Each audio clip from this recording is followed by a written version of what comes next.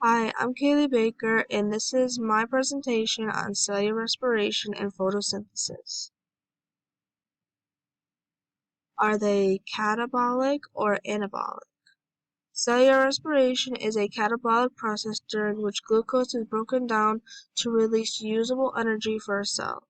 As in all catabolic processes, cellular respiration releases energy which can then be harnessed and used by other reactions in the cell.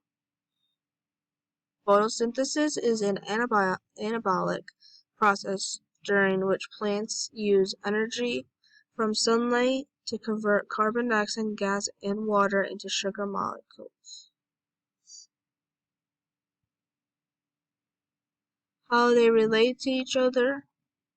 Photosynthesis converts carbon dioxide and water into oxygen and glucose. Glucose is used as a food by the plant and oxygen is used by product. Cellular respiration converts oxygen and glucose into water and carbon dioxide. Water and carbon dioxide are byproducts, and ATP is energy that is transformed from the process. One process that occurs without the other. Without photosynthesis, there wouldn't be any glucose or oxygen, which kicks off the respiration reaction. Without respiration, plants would use up all the CO2 and starve to death. Photosynthesis requires the products from respiration, and respiration requires the products from photosynthesis.